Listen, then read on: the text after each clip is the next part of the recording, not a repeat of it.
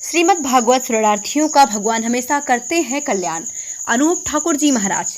नमस्कार, आप देख रहे हैं डीकेएस टीवी न्यूज नेटवर्क। मैं हूं आस्था। जिला हरदोई के सुहेड़ी ग्राम में असलापुर धाम से पधारे सुप्रसिद्ध कथावाचक अनूप ठाकुर जी महाराज ने द्वितीय दिवस में सुखदेव जन्मयोम परीक्षित साहब की कथा सुनाते हुए कहा कि श्री कृष्ण ने सुखदेव महाराज को धरती पर भेजा भागवत कथा गायन करने को, ताकि कलयुग के लोगों का कल्याण हो सके। रास्ते में कैलाश पर्वत पर उन्होंने चुपके से भगवान शिव द्वारा मां पार्वती को सुनाई जा रही अमर कथा सुन ली, जिससे शिव नाराज होकर उन्हें मारने दौड़े। सुख व्यास पत्नी आरडी के गर्भ में प्रवेश कर गया। सुख जी अपनी माता के गर्भ में 12 वर्ष तक रहे। व्यास और श्रीहरि के वादे से सुखदेव भूतल पर आए। साथ ही राजा परीक्षित को सांप लगने का प्रसंग सुनाते हुए अनूप ठाकुर महाराज ने कहा कि राजा परीक्षित की 7वें दिन मृत्यु सर्प के डसने से हो जाएगी। जिस व्यक्ति को यह पता चल जाए कि उसकी मृत्यु 7वें दिन हो जाएगी, वो क्या करेगा, क्या सोचेगा। राजा परीक्षित ने यह जानकर उसी क्षण अपना महल छोड़ दिया। गंगा के तट पर पहुंचे। वहां जितने भी संत महात्मा थे, सबसे पूछा कि जिसकी मृत्यु 7वें दिन है, उस जीव को क्या करना चाहिए। किसी ने कहा गंगा स्नान करो, किसी ने कहा तट के पर आ गए हो तो इससे अच्छा क्या होगा। सब अलग अलग उपाय बता रहे थे।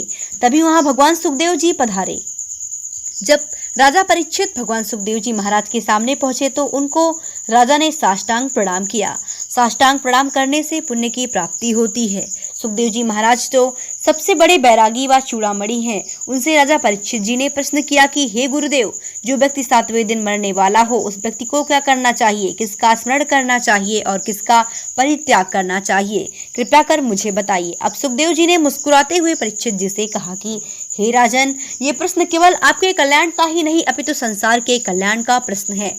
तो राजन, जिस व्यक्ति की मृत्यु 7वें दिन है तो उसको श्रीमद् भागवत कथा का श्रवण करना चाहिए, तो उसका कल्याण निश्चित है। जो गोविंद दे दे वही स्वीकार कर लो, यही श्रेष्ठ है। श्रीमद् भागवत में 18,000 श्लोक, 12 स्कंद और 335 अध्याय हैं। अनूप महाराज ने कहा, जो जीव 7 दिन में संपूर्ण भागवत का स्मरण करेगा, वो अवश्य ही मनोवांछित फल की प्राप्ति प्राप्त करता है। राजा परीक्षित ने सुखदेव जी से प्रार्थना की, हे गुरुवर, आप ही मुझे श्रीमद् भागवत का ज्ञान प्रदान करें और मेरे कल्याण का मार्ग प्रशस्त करें। भागवत सुनने वालों का भगवान हमेशा कल्याण करते हैं।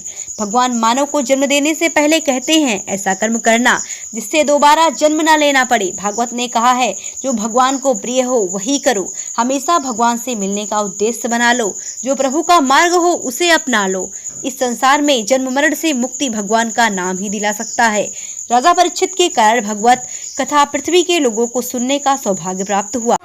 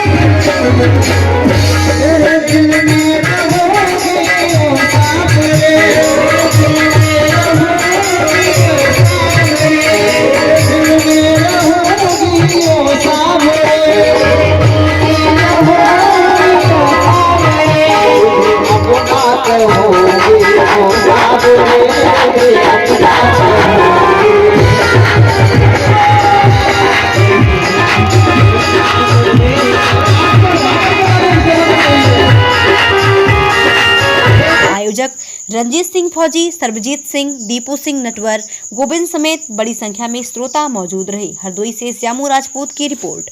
फिर मिलेंगे अगली खास खबरों के साथ, तब तक के लिए नमस्कार।